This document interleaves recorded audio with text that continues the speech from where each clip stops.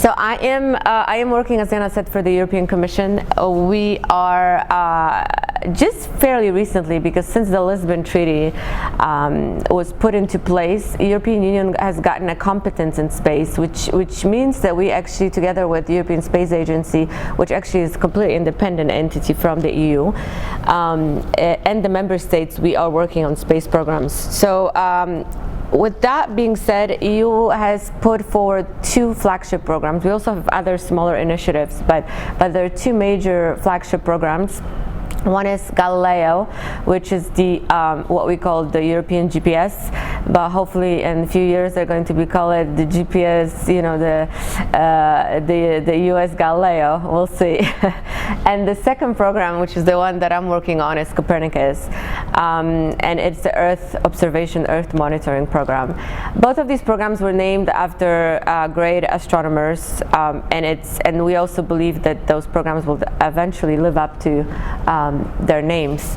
So Copernicus is working for Europe. It's a European program, but it's a global monitoring system, and it works on has various variety of purposes, a variety of services that I will go into detail. But what is special about, there are several things that are special about Copernicus.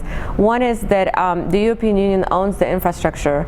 I don't know if you probably don't even know about it, because I actually never thought about it before, but the European Union as an organization, even though it's so big and it has such a big budget, doesn't really own anything. Doesn't even own the buildings where it's located. It's everything. It's programs, initiatives, but there's no physical ownership of anything except those space programs, which is extremely unique. That EU actually owns an infrastructure. The space infrastructure is something that EU owns, and of course the ground infrastructure that goes along with it. So this is something special. We really truly believe that Copernicus now is the groundbreaking and most advanced Earth observation system in the world, because it is really top-notch, and I will explain to you how it works. But also what makes it extremely unique and special, that it is operating on the basis of full, free, and open data, which is quite extraordinary. So actually you can go to our website and you can download the data at any time for free of any place on Earth. So that is something that it's really something worthy to remember. Now, just to give you a little bit of history of Copernicus, it was started as a research program back in the day in 2001, and it used to be then called Global Monitoring for Environment and Security, GMES. So we had GMES, and then we had Galileo, and of course everybody remembered Galileo because it was a catchy name, but GMES nobody quite could make the relation or connection to anything vivid. So then we decided to change its name to something that people can remember, and it became Copernicus. But of course, as Jana said, not only names in the EU are complicated, but also the way decisions are made. So there was a huge political debate how the name, this is just an anecdote, how the name Copernicus should be spelled, because there's a big dispute between Poland and Germany where Copernicus was from, and me being Polish, of course it's obvious that he was Polish, but some Germans would disagree. So the Germans wanted to spell it the German way, the Polish wanted to spell it the Polish way. They were debating for 2 years, and finally decided to compromise, and we chose the Latin spelling. So this is how things in the EU sometimes take a very long time. So now we have a Copernicus, and since 2014, when we launched our first satellite, Sentinel, the program became operational. And what is also different, just to explain to you a little bit how different programs work, because a lot of people say, well, why is, for instance, Galileo not working yet? Why is it so behind the schedule? Well, it is behind the schedule, that's one thing, but the second thing is for Galileo to operate, you have to have a full constellation of satellites, so 26 satellites for it to work. Whereas with Earth observation, already from the first satellite, you're already getting information and data. Therefore, it is operational from the very beginning, and it becomes more services and value added is given with more satellites that are launched. So how it worked. So we started with a modest budget of 1.3 billion euros when GMES was created, and now during this financial period, so as you know, EU has a financial, it doesn't have annual budgets but has multi-financial frameworks, which are budgets for 7 years, which is actually very good because it allows you to actually do something concrete, and you don't have to fight every year for money, but you have actually 7 years to work on something. So the current budgetary period will end in 2020, and for the current budgetary period we have 4.3 billion euros for Copernicus, and that of course includes the infrastructure, so building satellites, launching satellites, operating satellites, also the in situ component, and services, data, etc. Now, just to show you, give you an example how it works exactly, because of course this is not so straightforward. We always at the Commission get extremely upset when we read in media that when it says, you know, ESA Sentinels or ESA Copernicus, we get very upset. So if you're gonna remember one thing from this lecture, it is the EU program. Well, of course ESA works with us on that program very closely, but it is the EU owned and managed program. So the way it works, the European Union again owns the infrastructure, owns the satellites. We manage the program, and then we have lots of partners, so what we call them entrusted entities. So entities that we entrusted certain services or activities. So for the space component, we are working with, of course, European Space Agency. So they are doing all the technical coordination for our satellites. So they're managing the building of the satellites. They are in charge of launching and operating the satellites for us. Now, the Sentinels missions themselves, and I will tell you more about them in just a little bit, are operated by European Space Agencies or EUMETSAT. EUMETSAT, it's the European Meteorological Agency, and that depending on which satellite does what, they kind of divide their tasks. So that is what's happening, and we also have the contributing missions, which I will tell you about in just a little bit further along the slides. Now, Copernicus has 6 different services, and these services are very, and I will also go into details later, but they have specific reason or activities, and each service is operated by a European agency that is, let's say, an expert in that. So here you have the list of agencies that are managing those services for us, and I will tell you more about it later, but just to give you an idea how it works. And we cannot neglect the in situ component, which is always often neglected. And in situ means that those are the measurements are gathered from Earth. So anything from drones to planes to buoys on the ocean. So it's kind of it's a combination of data from satellites and those we get from air and from the ground that then gives us a service. Is everything clear until now? Yep. If I'm speaking too fast, because I have a tendency, let me know. So just to give you some key figures here, because of course in the EU, everything we do, we have to make sure that, first of all, it benefits the society and that it benefits the economy. Because when we fight for money, we have to justify the spending. Yeah? So that we're not just building fancy toys and fancy satellites and send them to space, but actually there's a return. And this is something we have to really make sure it is happening. So we have done studies, or there have been actually independent studies done for us that are estimating that the cost for Copernicus for every EU citizen per year is around 1.07 euro, and for every euro invested, it brings back 3.2 euros. And actually, in some countries, in some instances, a lot more than that. So the 3.2, it's really like the modest value. So that means that we're actually bringing money into economy. So even though you see this huge figure of 4.3 billion, actually money is coming back. And it's estimated by 2030 there's going to be, of course, jobs created, and the GDP will be impacted positively by this program. Now, just to give you some examples of how it impacts our everyday life. So, you know, when we talk space, people often think, oh, it's going to be very techy and it's for the space sector, and that doesn't concern me. You know, a lot of times people, when they ask me, actually, I was coming here with Uber, and the guy was asking me, you know, where I was going, what I was going to do, and so I told him I was going to give this lecture, and he said, oh, in space, but I mean, this is nice, but this is kind of, we don't have money for this. Europe is in crisis. What are you talking, like wasting money on space? And I was like, well, you're taking me there to this place using GPS, first of all. Second of all, that so many sectors depend on space technology without even realizing, from telecom to security to shipping, but to things like insurance, to things like mining and many different things. So the point is that our services and our data can be used for a variety of services that you wouldn't even think of that this data could be useful, from developing apps for your phone, etc. So here are just some examples of that, where our services have already been used and how much they have generated in return, from forest management to navigation, winter navigation, to monitoring of pipeline infrastructure, etc., etc. Just to name the few.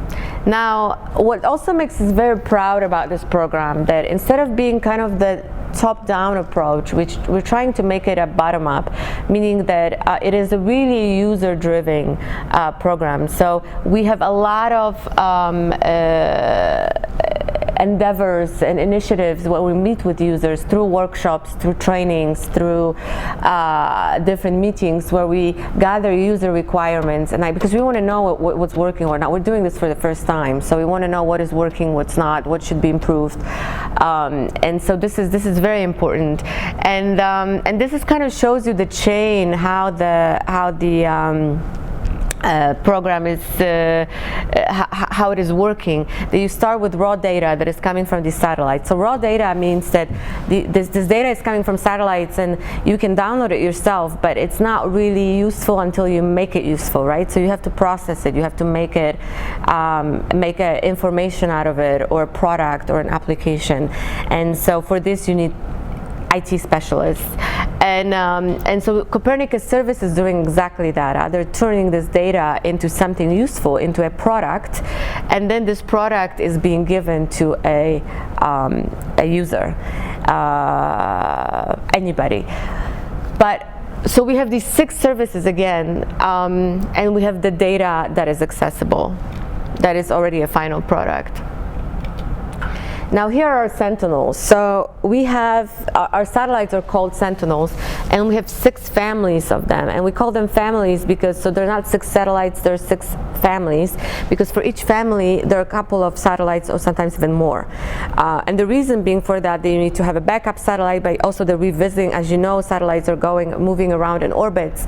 So if they're monitoring something, to shorten the revisit time, right? Because they're looking at something and they're gone. So if you put more satellites of the same type, then the revisit time is shorter. So we have all kinds of, so we have 6 different types, and they all have specific purpose, specific use. There are radar satellites, optical satellites, telemetry satellites, and it shows you also when they are launched and what are the for each of the family. So they have a specific purpose. They're not all the same. Now, this is just a plan schedule when they're launched, so you have an idea. So we started with, in 2014 with Sentinel-1A. That was our first one, and we are launching as we go. And the last ones are going to be launched in 2027, so quite late. And those are going to be 4B and 5B. Now, what does that mean? This is actually important to notice that this schedule, because roughly satellites' lifespan, it's about 10 years. So that means that we're going to have to, if we want to continue our services and our program, we're going to have to replace these satellites. Of course, we want to replace them with better ones, but to replace them, the whole kind of from an idea of having a new satellite to actually contracting it out to be built, to actually testing it and then launching it, it's roughly 7 years. It's quite long. So we're already thinking of the next generations of Sentinels already now, for a couple of reasons. First of all, because it's going to take a long time, so to have a smooth continuation, we have to think about it now, but also we have to put it in the next budget, right? So I told you the current budget is until 2020. The next one is going to be for 7 years until 2027, and that's the budget that is going to be paying for these new satellites, right? So it's extremely crucial that this satellite, there's a budget for these satellites. So Jan, when Czech Republic votes, you remember that we need that money for those Sentinels. So the contributing missions. So I told you these. So we have the data coming from our satellites, from our Sentinels. And then I told you we have these services, those 6 services. Now these services are offering, like I said, final product, being a map, image, report, analysis.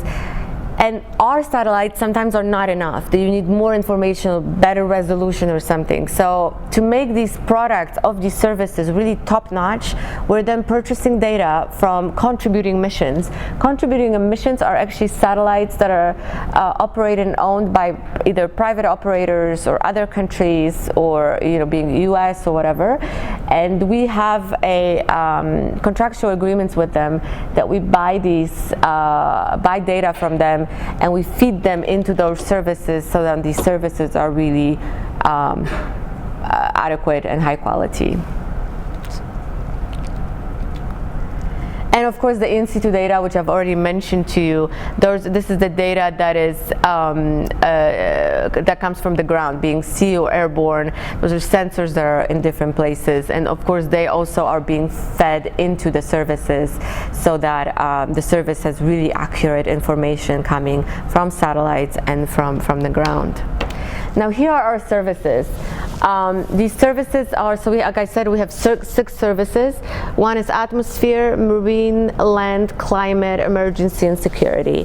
And I will focus today, I will tell you more on the security service, because I know this is the of most interest, but the other ones are extremely interesting as well, and I really encourage you to look into them.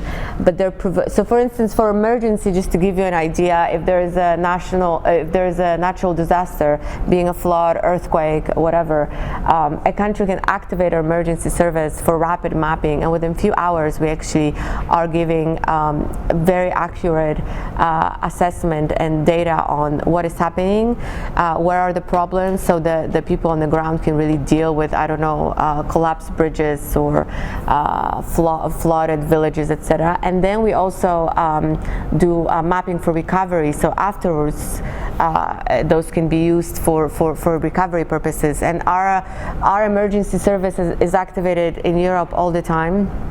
For instance, recently for the Italian earthquakes or for the floods, but also worldwide. So for Nepal earthquakes, for Haiti, for Matthew hurricane in the US. So it's really something that is very much valued worldwide. And here you have again the schedule of the services, right? So because for the services to be fully operational, you need the right amount of data. So because some of the satellites are not launched yet, some of the services are not fully operational. So actually security one is the last one to be fully operational, but it's we're almost there. But it kind of gives you, and also those letters, acronyms to the left are those organizations that are managing those services for us that I've mentioned earlier. Now, security service. Now, so as I told you, we have these agencies that are managing services for us, and we call them entrusted entities. And for the security service itself, we actually have 3 for different purposes. So we signed agreements with Frontex for border surveillance. We signed an agreement with European Satellite Center and European External Action Service for operations, EU operations outside of EU, meaning not just the EU as an organization, but EU member states outside of the EU borders. So anything from humanitarian action actions to actually military operations. And we also have an agreement with EMSA, which is a maritime security agency, and is doing maritime surveillance for us. And of course, those three agencies are bound to cooperate, as sometimes all of those services have to be used for the same purpose at once. So with Frontex, we signed an agreement in last year in November, and here you see, for instance, an example of the type of information that we sent to them, and I know it's not very obvious, but for instance, they wanted to monitor a certain area close to this happens to be a border on the coast, and there's a lot, especially with the refugee crisis and with a lot of boats coming to Europe illegally. We're monitoring these borders, and then we send them information. Not only that we're identifying boats, but the cooperative, it means that they're the ones that are there legally, and the non-cooperative, that means that they're the questionable ones that should be checked.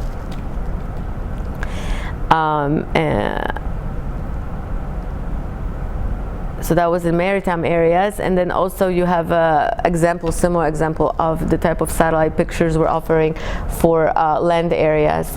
And of course, a lot of times the final product, it's not just like a clear satellite picture, right? It's actually an image. Sometimes it looks fake, that is made based of satellite picture, right? So there are a lot of different colors that are indicating different things, so that the reader, the user, knows exactly how to interpret it. Now, we're working together, of course, with Directorate, and it shows you the type of kind of 8 services within the service, so the type of activities that we're offering our information for.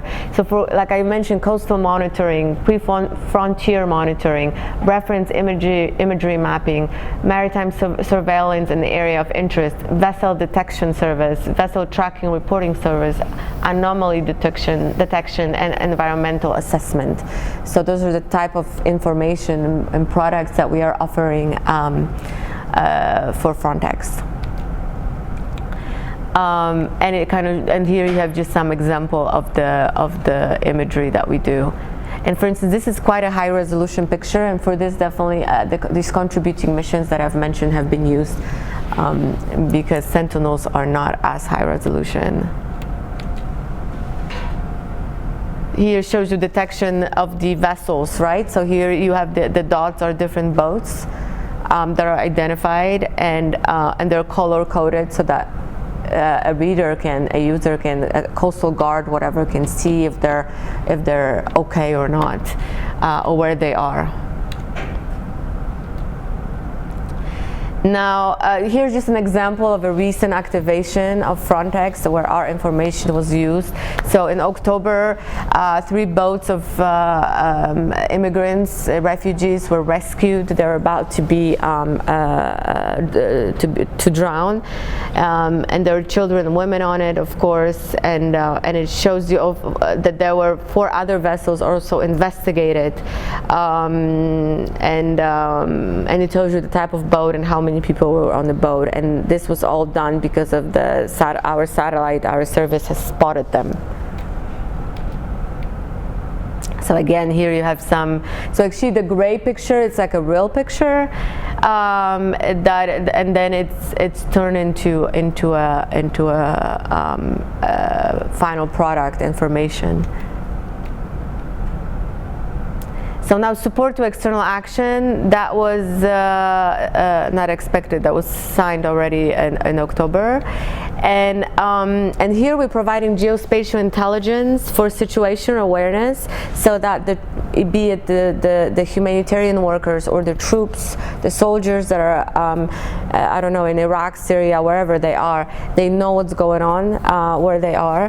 They get information, updates very often, and this is to prevent crisis, to prevent problems in the conflict situations. And this is the type of, again, information that we are providing to them. So it's from reference mapping, road status assessment, for instance, you know, if there's a bridge that is, for instance, have, I don't know, tanks of the enemy on it, conflict damage assessment, critical infrastructure analysis, etc., etc. You guys can read that, but this is the type of portfolio that we have. And again, here's an example. And again, it's not like probably obvious or easy to read, but of course those who get it, they've been trained to interpret these maps very quickly. And we also are developing or have developed some new tools. And again, this is, like I said, because of these user requirements, because we work with users and they have told us what is needed, we also are, our service can be used for humanitarian crisis, right? So again, the refugee crisis, we're monitoring refugee camps. We're also like monitoring, somebody can activate our service to monitoring poaching areas in Africa, for instance. So the natural resources, border surveillance, of course, illicit crops. So of course, illegal crops of different illegal nature, and of course, monitoring nuclear sites. So. And the next one, it's the EMSA, which is the organization that is doing maritime surveillance for us.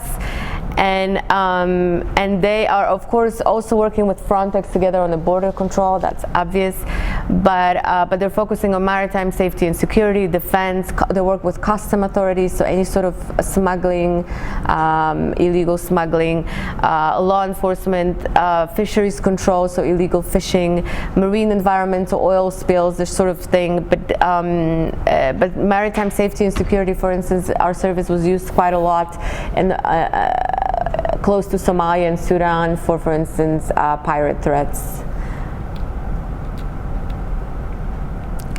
And we of course have a working group that we're working with on regular basis, full of experts that is telling us what is working and what is not, and they give us recommendations, and we try to develop what is asked of us.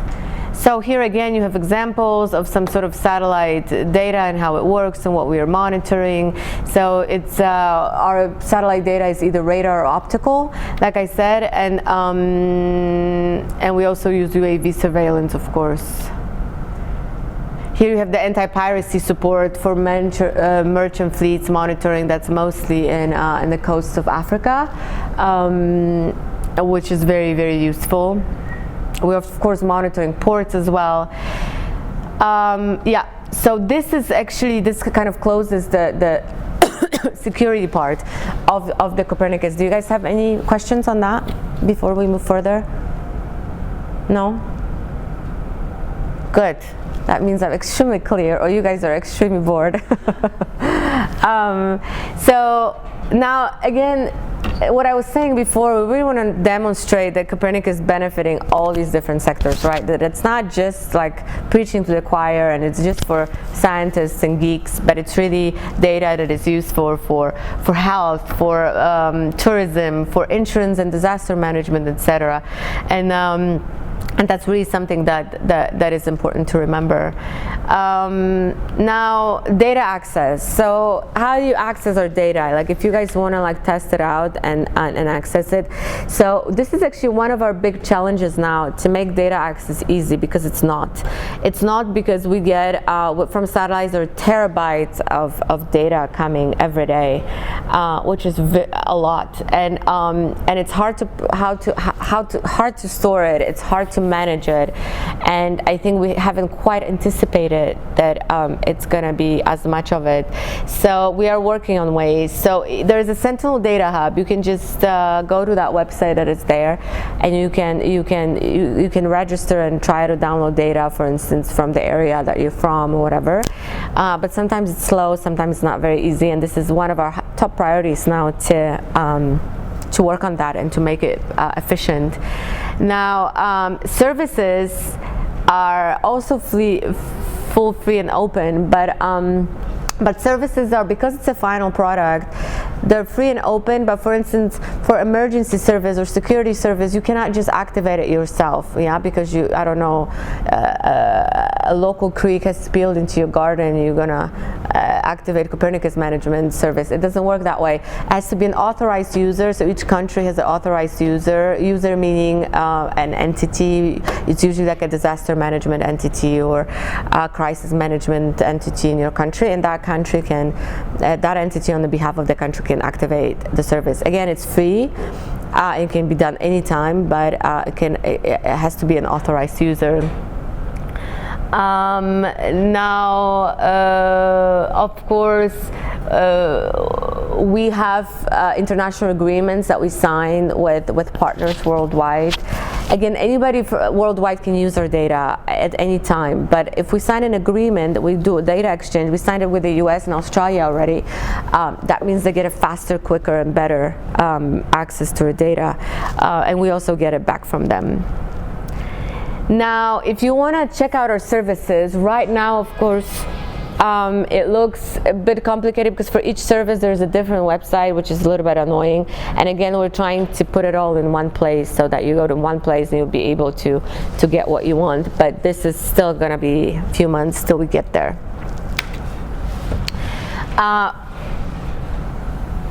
Now, the restricted data to contributing missions means following, that you cannot download data yourself from the contributing missions. The contributing missions feed into our services, the services turn it into a product, and you can access that, but you cannot get a data itself from the contributing mission and then make application out of it. The reason being is there's simply licensing agreements, because then these companies would go bankrupt, right? Because we would buy it from them once and then everybody else would use it for free after that. So you can get our data, Sentinel data, for free at any time, but for these contributing missions, you cannot directly get it. You can get it once it's been, like, you can get the product, right? So for instance, the maps that have been made based on contributing missions that are available on our website, you can use that, but you cannot get the data for your own purposes to, for instance, make a product. This I already said that there's lots of data coming through, so how I told you already that it's complicated to access. We have all these different platforms, so we actually have a big, brilliant plan how to make it all useful and better. And the plan is as following: we're going to have a big call for tender, which is going to be released very soon, first quarter of next year, maybe even in January. And that call is going to be asking for 3 data platforms to be built by either individual companies or consortia as they wish. So if you have a Czech company that is very good with data processing, they can apply, or they can form a consortium. And we're going to fund 3 platforms. Why 3? Because competition is always healthy, and if they're going to be competing with each other, that means they're going to make the product and the access better. The reason being also, so all these platforms will have same basic information on it, right? So our access to our data, which is going to be free and open on all these platforms, our services, same on all these 3 platforms, but on top of it, each platform is going to be encouraged to build products on top of it, right? So we are going to encourage them to process our data themselves and offer products, applications that you will be able to buy. So idea is that after our contract is over, they will be able to sustain themselves because they're going to make a business out of this opportunity. So that is the big plan.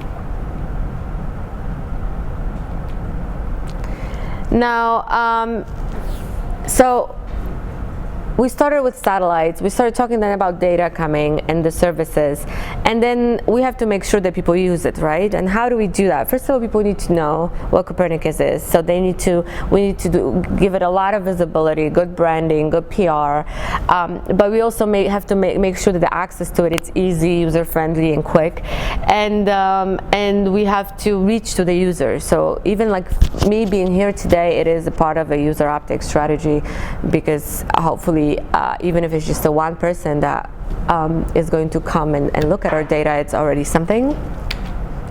So we have come up with this big data user uptake strategy that we are now working on, and some of it you can actually benefit from. So we have this toolbox. One of it is, for instance, you see there's a Copernicus accelerator. So if you are, for instance, you want to start a startup, and a startup can be, doesn't have to be anything space related, but we just want you to use our data for whatever. So if you want to, for instance, develop an application for instance, I can give you an example, and I'm not surprised these guys won. So we do this competition together with ESA. It's called Copernicus Masters, where you can submit an idea of a startup, and if you win, not only that you get a check for some money, I don't know, like 10,000 or 15,000, but we also put you into Copernicus Accelerator, which means that we're going to help you to start up your company.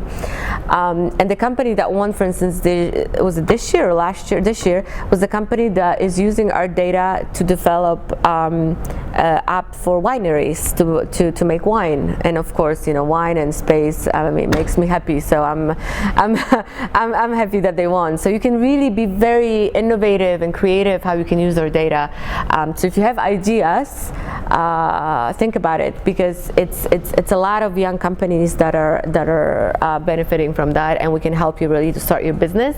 We're doing training and information sessions, so that means that we are coming to member states. We're traveling around. Actually, we just had one in Finland, in Helsinki, and we have in January in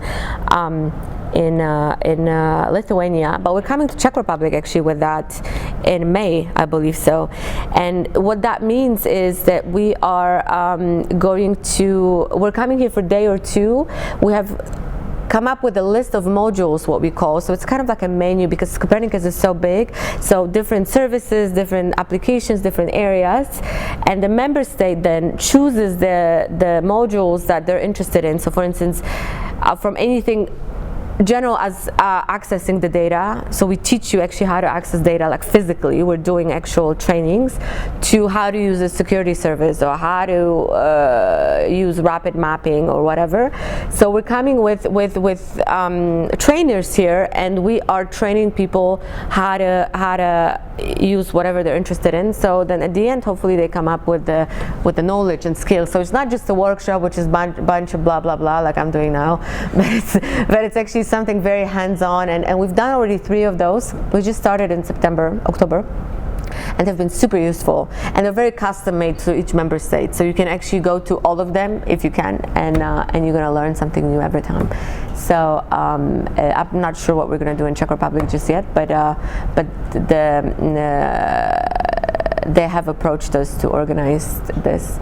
So this is one thing. We of course have lots of awareness material, which is for free, and we are translating this in all EU languages, so 24 EU languages. So if you want to get information about Copernicus, be it brochure, general, but fact sheets on specific applications, tools, you just contact us and we are going to send you that.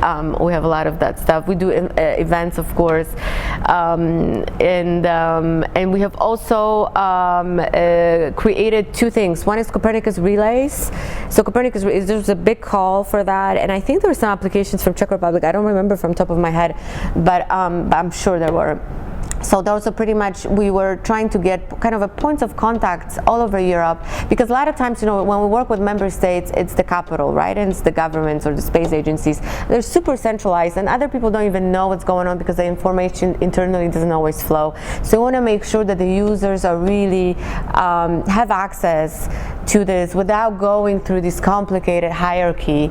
And that way we created these relays, and if you become part of the relays, you are like immediately connected to the Copernicus network, and you get the resources, you're in contact with us, you know what's going on. And so we're just kicking that off now. And the second thing is, which is a very similar nature, it's Copernicus Academy, which is pretty much the same thing, except we're working with universities and academia, research institutes. So we want to work with students, we want to hear their ideas, we want to of course work with some universities and see if we can introduce courses or trainings on Earth observation.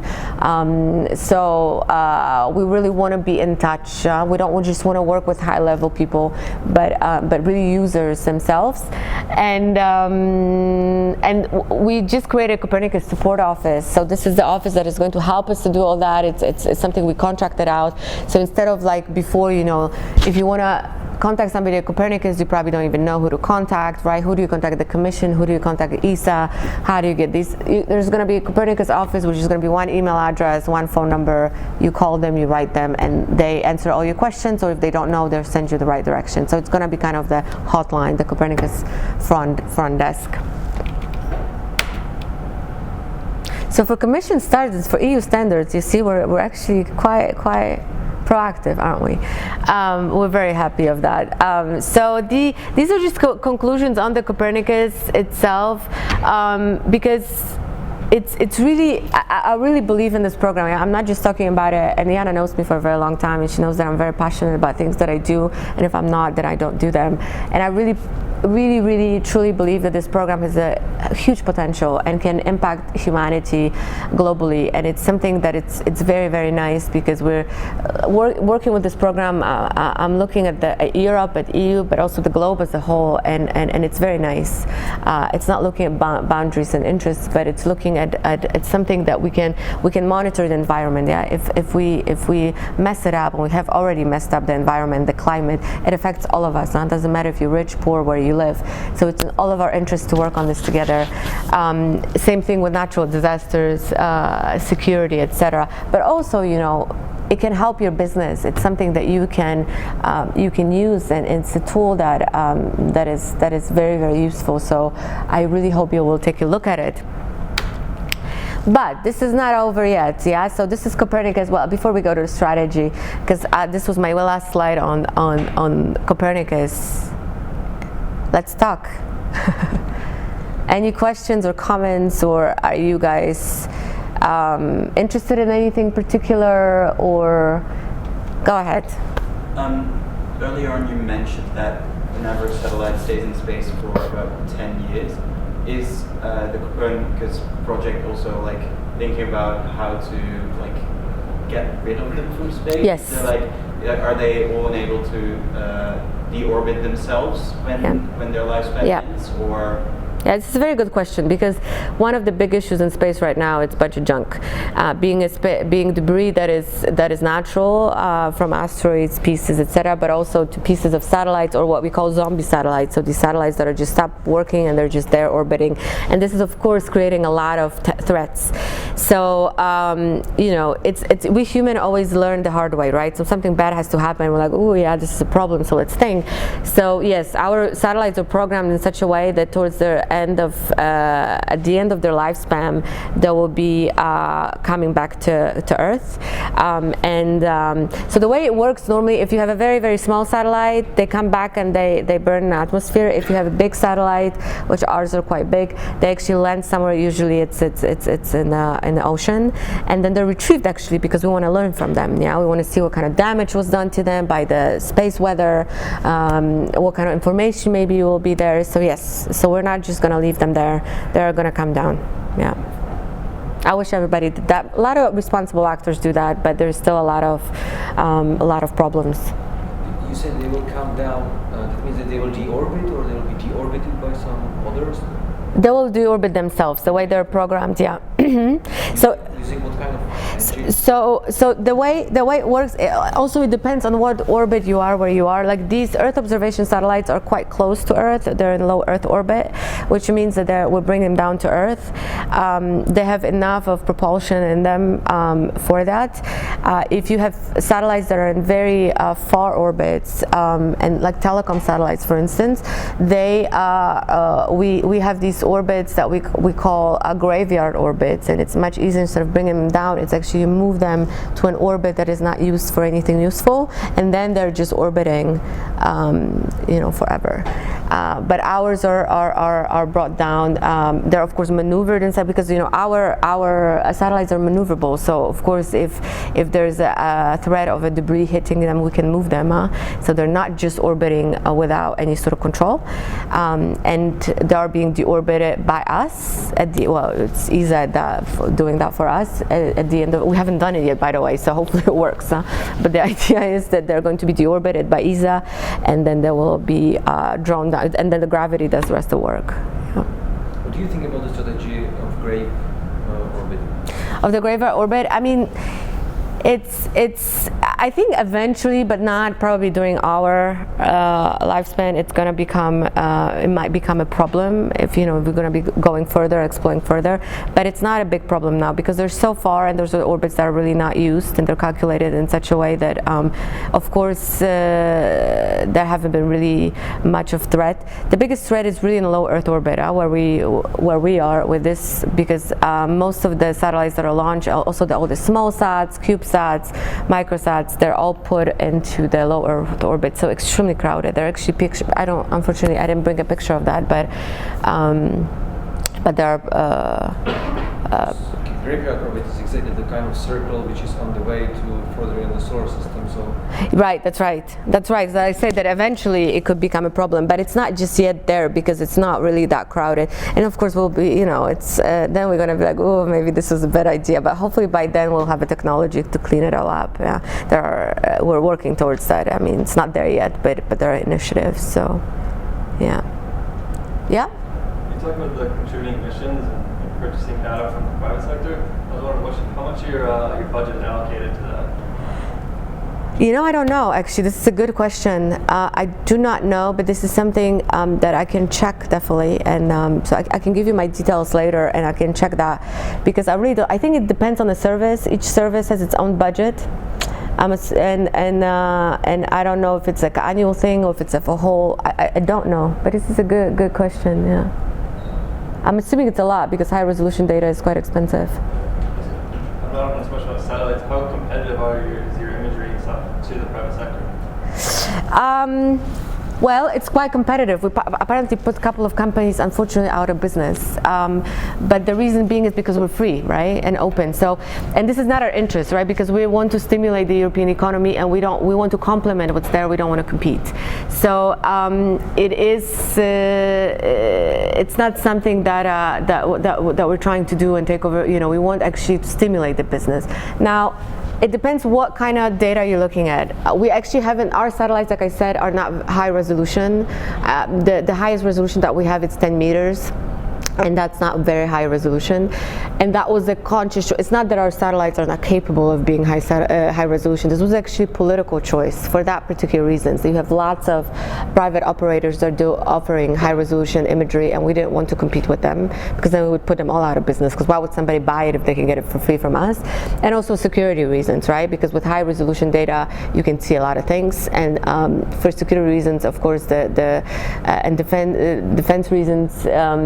Member states did not want this sort of data to be available freely. Now, because we're thinking of the next generation of satellites, and we're thinking of what's going to happen in the future, there's actually now some debate if we should have high-resolution satellites, particularly not for free and open. So again, they would not be competing with the private sector, but for security purposes, because there are security threats growing and growing in Europe. The last few years it has been really evident that they went up, and there is a need for that sort of information, and perhaps instead of paying for it, we could have it on our own satellites.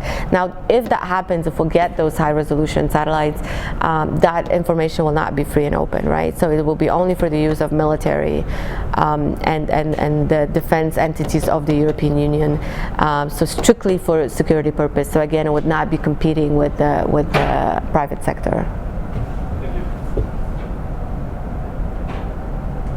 Good? Agnieszka, yeah. How it is now with the services? You mentioned that I don't know who exactly it means if you are talking about we. Yeah. What does it mean? We as a European Commission? Yeah. That you provide,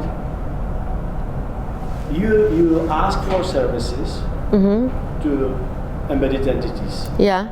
And you receive the product. Yeah.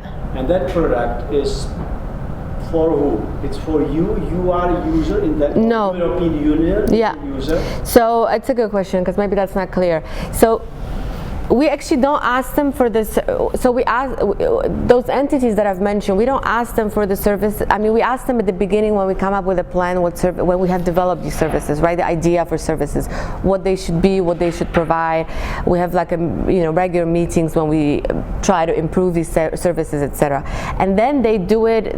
We are their, let's say, they do it for us. We're their clients, yeah. So we contract them. Let's say we pay them to do these services, and then you, meaning you, Czech Republic, or you, the Czech Space Agency, you don't have to go, like, you go, because they are, like, let's say, doing all of this on our behalf. So when I say we, I mean we, European Commission, together with these interested entities. So you contact the service, which is a Copernicus service. So a lot of times people don't even know that there's an agency behind it, you know what I mean? Because the face is the same, and you can request, you know, for instance, agriculture purposes, for crops in Czech Republic, specific product from the land service, and you're going to get it. Does that make sense? Yeah. It makes sense. So it means, because I would like to find who is the actual main user today. Yeah. Because this is a big challenge for future, to really motivate the people, like potential users, to be the user. Yeah. So at the today level, I don't know. I expect that it really European body. I don't know if it's Commission or it's another. Yeah. But this is a very good question. Comment. So 75% roughly, we have all that data, it changes, but 75% of the users of our services are public authorities. So being not private, this is why we're doing so much user uptake, to get the private involved. But it's so public authorities, being from different ministries to agencies to crisis management to local authorities, regional authorities, you know, anything from firefighters to, you know, whatever. So that's public authorities, and the reason being is because they know, they're participating in all these meetings and whatever, they're informed. I think 90% is used by Europeans, for sure, and probably 10%, maybe now 12% by rest of the world. But I'm talking about services. Now data is the raw data, it's a little bit more, it's downloaded a little bit more by private companies, because then they play with it, they do what they want with it, on a smaller scale though, right? Because there's usually SMEs and whatever. Public entities a lot of times don't, sometimes they download, but they don't, you know, we're not talking about experts, like the end user, like a firefighter from, I don't know, small town in Czech Republic will not know what to do with our data, right? He doesn't care about satellite data or where it comes from, he just wants the tool in his hand so he can go, and so that's why public authority is mostly focused on services. But that's why we have this whole user uptake strategy, as you said, to stimulate the awareness and the usage of this, because it's not, we're just at the beginning of the road. It could be much better. And I actually have, well, I didn't bring them here, which is a pity, you see, as it's good to have this conversation, because I learn. We have like a monthly data to see how much it was downloaded by whom, what sector, whatever, and it's growing, so that's a good thing. It's continuously growing, but we have a long way to go. Yeah. Because you mentioned these upstream, downstream services. If I remember it, right, from some ESA jargon. When I was in some SGAC meeting. Last time. I used to be the chairperson of SGAC. He's a friend guy working in ESA for some technological transfer. Okay. And that was very interesting on Copernicus, and he mentioned it, but let's talk about it now, because the downstream of Copernicus is the most important. Exactly. There are some services, if I understand right, please correct me, which are provided by Copernicus as a program, and then there's this huge downstream of data. Totally. Raw data. Exactly. These businesses are supposed to be able to understand the data and interpret it somehow, because it's a hyperspectral imaging, it's not just the light imaging. So you can see much more than the light, so we can use it for agriculture, marine, and in that perspective, the downstream is much more important, because if Copernicus is successful in the future, like in 10-15 years, then we are going to have a huge ecosystem of small businesses. Exactly. Exactly. Use the data which is coming down from the satellites and use Totally. it for something that we simply can imagine right now. Right now, yeah, and that's the I mean, our main focus of the user uptake is really the downstream that we want to, because I mean the possibilities are, you know, huge. You know, whatever, however creative you can be. And there's actually a company I can check later on Twitter, because there's a Czech SME that is using our data actually on regular basis. They're now downloading the data and they're doing images of now mostly cities, you know, but they're most beautiful. Like, I actually downloaded an image of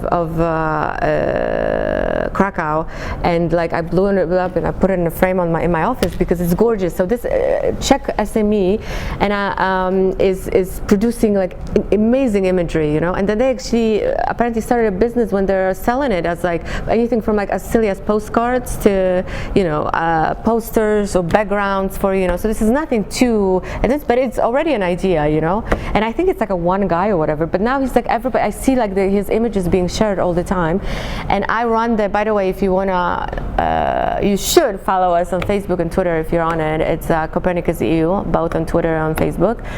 And so we share that guy's stuff all the time because it's such a good example of like just somebody with an idea of using our data for his own purposes. Especially transportation patterns can be solved to the state and Totally. population. So Yeah. somebody can simply come, okay, so we have the Copernicus data on one hand, states simply don't know them from, or does know them from some other sources, Yeah. but we can provide you really precise sources. Now, what are the transportation patterns on highways or some other roads? Yeah. That's Yeah. productive. Yeah, exactly. They can come up Exactly. with that. Yeah. That's super amazing. Yeah. Copernicus. Yeah. Open-minded approach. Yeah, it opens. They can use it for whatever we want. Yeah, exactly. So who's providing these services now? Because these services are based on data. So Yeah. Copernicus itself somehow interpret part of the data Yes. and shows Yes. it as an example of Yeah, application. exactly. Yeah. But on the other hand, it can compete with the private businesses now, which might be willing to develop now. Of course. Well, yeah, but the services that it could compete, you're right. But I mean, these services are mostly for public authorities, so it's supposed to be the public good, right? Something that we wouldn't want to put a price on it, because when there's a natural disaster, for instance, right, this imagery is available for free. These products. To help, you know, so we don't want somebody to have to buy it. This should be deliverable for free because it's a public good. So these services are really offering a public good rather than some sort of a business opportunity, let's say.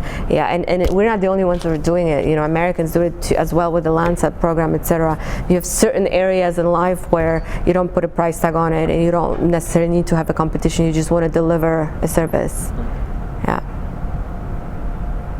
All right, so this was good. I'm glad you guys found this interesting. And let me tell you a little bit, really quickly, about strategy. I know it's getting late, and you guys probably have better evening plans than just sitting here.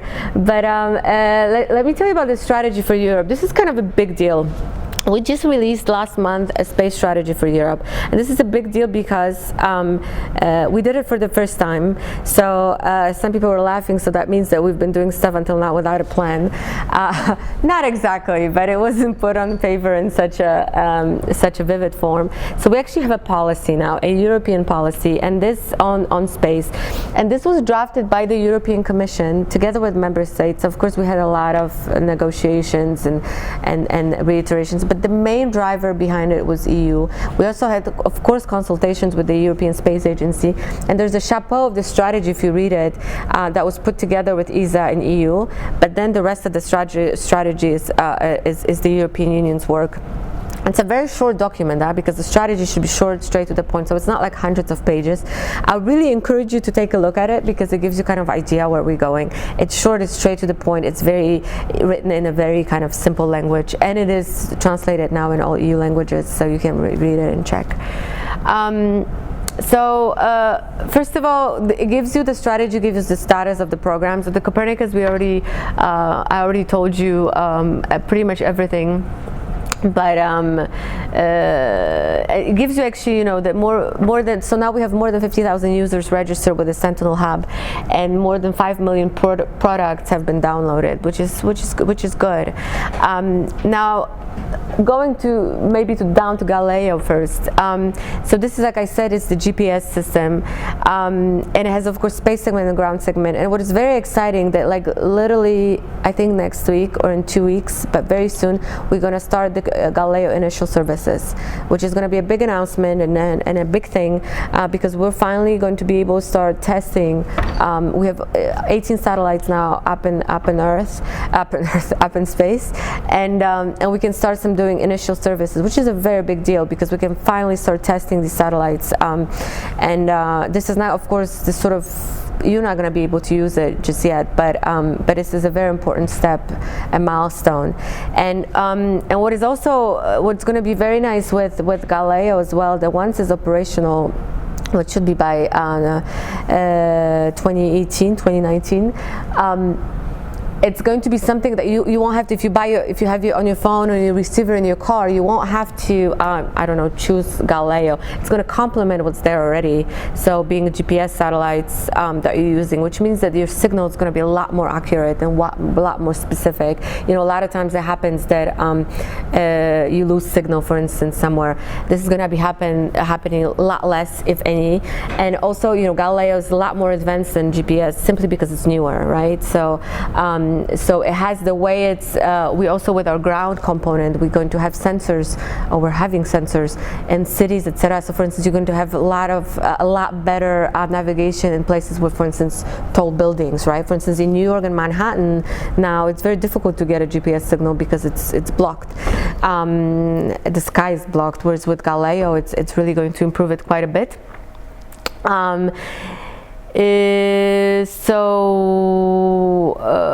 So this was already launched, so that's why it's 18 satellites now.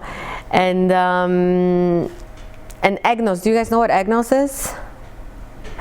So EGNOS, it's actually like, we say it's like the neglected child of the EU space programs, because it's actually operational. It's working really well. It's augmentation that now is used for GPS, and it's also going to be used for Galileo. Augmentation means that it simply makes the signal a lot more accurate and specific, and it's already used, for instance, lots of airports for planes. So it's, you know how, like, if the weather is really bad, a plane can land without even seeing the runway. This is something that EGNOS is providing, and it's fully operational, and it's working super well. So together, EGNOS and Galileo are just really going to be an excellent service. Now, our challenges ahead. So if you maybe I actually should have put one extra slide just to kind of give you. So we have those two programs, Galileo and Copernicus, which I told you about, but we also have other ambitions, right? Not necessarily maybe programs, like in the sense of Galileo or Copernicus, but initiatives or frameworks that we're working on. So, for instance, one of our priorities, it's independent access to space, right? So launchers, this is very important. We are using Ariane Espace, which is our European launcher, but we want to make sure that this is something that is sustainable, and perhaps there could be more launchers in Europe. Now, this is a big question how we're going to do it, but when you look at US, there's lots of competition there, right? You have Elon Musk, you have Blue Origin, you have United Launchers, and you have a lot of different options. And we also want to make sure that here in Europe, we're also going to have a easy, affordable, independent access to space. Space security, it's a big topic as well in our strategy. So one of the initiatives that we have, it's called Space Surveillance and Tracking, SST. So this is actually what we were talking about earlier about this junk in space. So this is a network of telescopes and radars and lasers that are actually observing, monitoring space, to make sure that there's no collisions, to make sure that if there's a potential threat that we are being warned. We're now mostly relying on US information, and we want to make sure that we don't have to do that we can have our own independent view on space. So this is something that we're working on. Another idea is GovSatcom, so having telecom satellites pretty much for security reasons. So this is one of the areas that we're looking in. It doesn't mean that these priorities are going to be all developed by the EU, like I said. It's just more priorities for Europe. How are we going to do it? It's another question. Now, what are our challenges? Well, the challenges are that EU, as we have, and not just EU, any sort of big government, but EU, it's a very slow machinery. It's slow for various reasons, but one of the main is that you're working with 27 countries, right? So every sort of decision that is made, it has to be a compromise. So imagine, how that's done. It's a lot of political interest, a lot of discussions, and to make any decision and to make everybody happy, it's very difficult. And you have to make everybody happy because everybody's paying for it. So in space, unfortunately, which is a sector that is dynamically really evolving, we have to be quick. We have to be on top of it. We cannot be behind because we're never going to be competitive. You look at what's happening in the US and how they're taking off with this so-called new space. If we want to have that in Europe, we'll have to be competitive. So we need to keep up. And we have to have a little bit different approach to this space program that we have to other programs that we have in the EU. And we have to be innovative, and we have to foster innovation in Europe, so we don't have the so-called brain drain that all the brilliant people from Europe go get jobs in the US for Microsoft or Google because it's better paid and it's better opportunity, right? So it's not just space sector. It's a big puzzle, and we have to make sure that it's just working better. But we want to be a space leader. We want to be a reputable space actor. That's definitely important. We want to make sure that space makes and brings business to Europe, being through these downstream opportunities, but also for big industry and for building satellites, etc. Like when I was telling you about these platforms that we are going to have a call for, the biggest, because normally the call for tenders are open, and the biggest threat was, and this was a huge discussion we had, what if Google and Amazon will apply?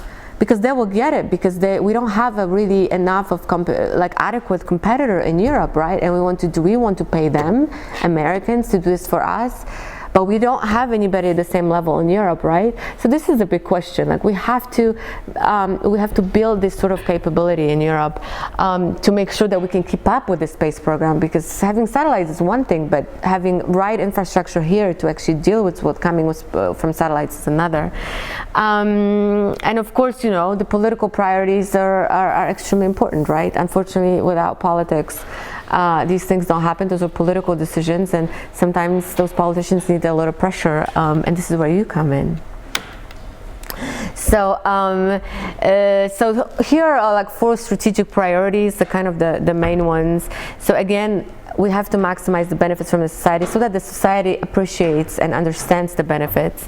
We want to be innovative, but we want to be independent. We don't want to depend on US for everything that we do in space or any other actors. We want to, of course, the international cooperation is huge and it's extremely important. And actually space is a great example that you cannot do anything alone in space. You have to work together, which is fantastic. But we have to be a worthy partner.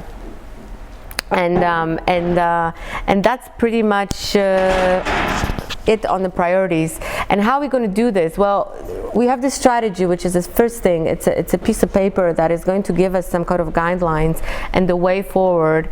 And then we have to implement it. So we're already starting implementing it in the Commission, but we also have to implement it together as member states. And we are starting it pretty much tomorrow, because 2017 is tomorrow. And we are going to make sure that this is a dialogue, right? That we're working together with everybody on this. And this is it, ladies and gentlemen. I'm glad you're still awake. Space can be fascinating, trust me. And here's my email address, and you can feel free to contact me anytime. And again, any questions, last thoughts, vision?